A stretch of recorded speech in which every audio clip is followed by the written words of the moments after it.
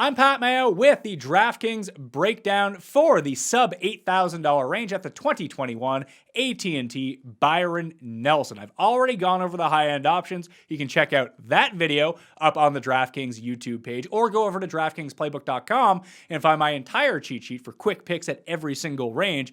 But if we're going below $8,000, it is tricky this week at the Byron Nelson because frankly, from $8,000 all the way down through $6,000, not much separating these guys in terms of talent. Some are playing a little bit better than others, but frankly, when you look at their baseline stats and their baseline performances, they're all kind of the same. That's why it's leading me to a stars and scrubs approach this week. 156 players in this field, so it's going to be very low 6 of 6 percentage anyway, and I can't really identify one safe player below $8,000. Doug Gim would be the one for me. I love Doug Gim this week. I'm not alone on that. He's $7,500. This guy is striking the ball so well, has gained with his irons in 10 consecutive events, gains off the tee almost every single week, but the chipping, yeah, that's hit or miss. The putting, it's bad. This is like Corey Connors, Byung-Hun An, Luke List, all the jabronis that I always love to play who strike the ball oh so well and then miss 3-foot putts. That's Doug Gibb. Now, there are a few things to like about it. Although he hasn't gained putting since the West Coast, but when you look at his 3 best putting performances of his career, they've all been on bent grass, which we're back on this week, which is encouraging to see. He hasn't played on bent in over a year at this point, so maybe getting back on this putting surface can... Listen, it can't get worse on the greens at this point, and the guy is still making cuts. When you rate him out and take away putting out of his game, just weight proximity range, driving distance, birdies are better. He rates up with like Rahm and Bryson in this field for the way that he scores. So if he does make the cut, he will most certainly outperform his position on the leaderboard in terms of DraftKings scoring. If you can get a neutral putting week, the guy's going to finish inside the top 10. So Doug Gim at 7,500 is my play. If you can somehow construct your lineup where Wyndham Clark is the last man into your lineup, I like that a lot. Wyndham Clark continues to make cuts week after week, and he possesses that weird, like the irons are bad, the chipping is bad, but the putting and driving is really good.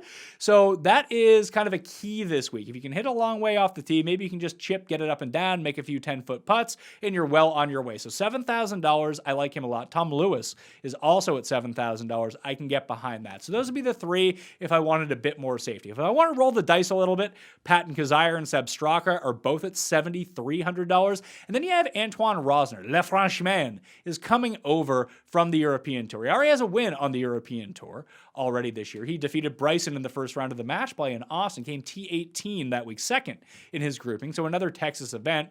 He's priced up at $7,600, but when you look at the world rankings, he's number 70 in the world, which is much higher than almost every single other player around him, and no one wants him at all this week. I don't know how his skills are going to translate from the European Tour to the PGA Tour, but this is the right kind of event for him to play into. Now, he's going to play in the PGA Championship in a week's time, so this is a tune-up event for him to get acclimated with the time zones.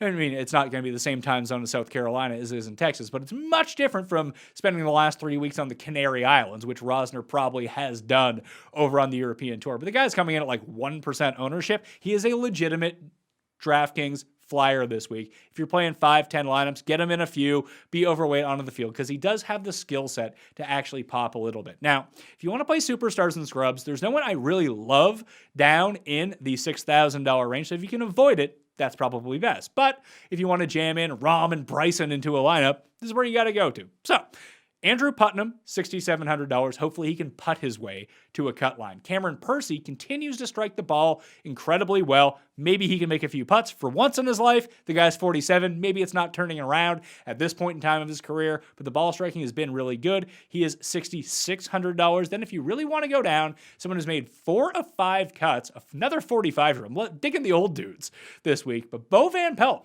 The driving's all right. The approaches are really good, and he does putt better on bent grass. So he's $6,400, and if he can squeak through the cut line, he's someone that can unlock you to the salary savings you need to jam in the very top-end players. That will do it for me. You can check out the high-end picks video up on the DraftKings YouTube page, the full field breakdowns on the Mayo Media Network YouTube page for betting and on DraftKings. But if you just want the DraftKings cheat sheet, that is up on DKPlaybook.com right now.